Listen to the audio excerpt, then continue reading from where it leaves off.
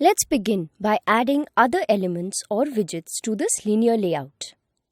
Place your cursor after the closing tag of this text view and press enter.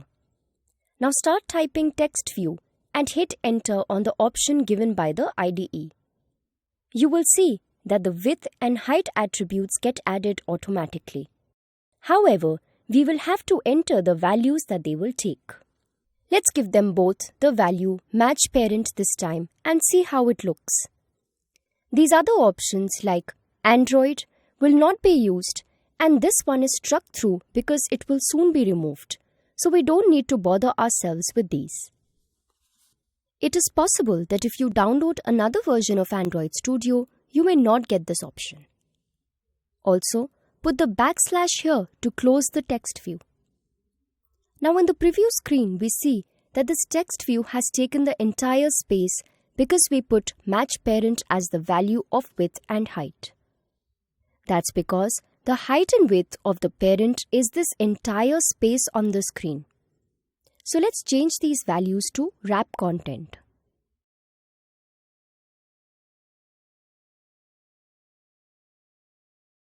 Now let's add some text to this.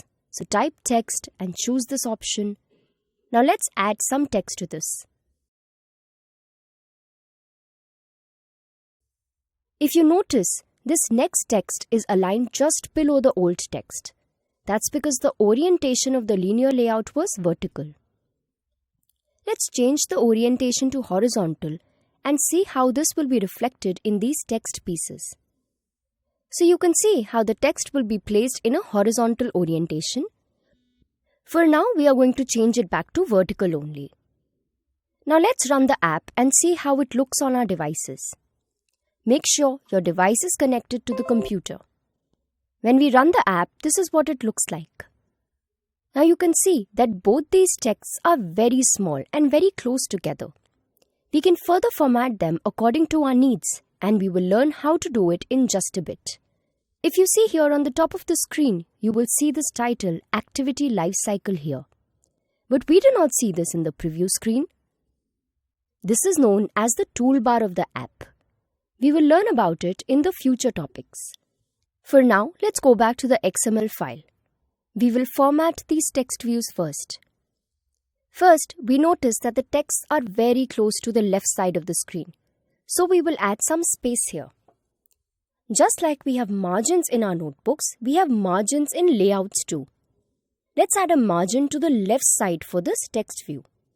To do this, place your cursor at the end of the last attribute in this text view and hit enter. Start typing margin. As soon as you will type it, you'll get various types of margins to choose from. Since we want a margin on the left side, we will choose this option. Use arrow keys to select this and press enter. The margin attribute gets added. Now we need to give it a value. But what value do we use for margins? Let's put the value as 50 dp. You can see that this gets reflected here and the text shifts to the right. We'll format our code using Ctrl-Alt-L shortcut for Windows and Command-Options-L for Mac. Now the question arises that what is this 50 dp? What unit of measurement is dp? Click on Next to learn about it.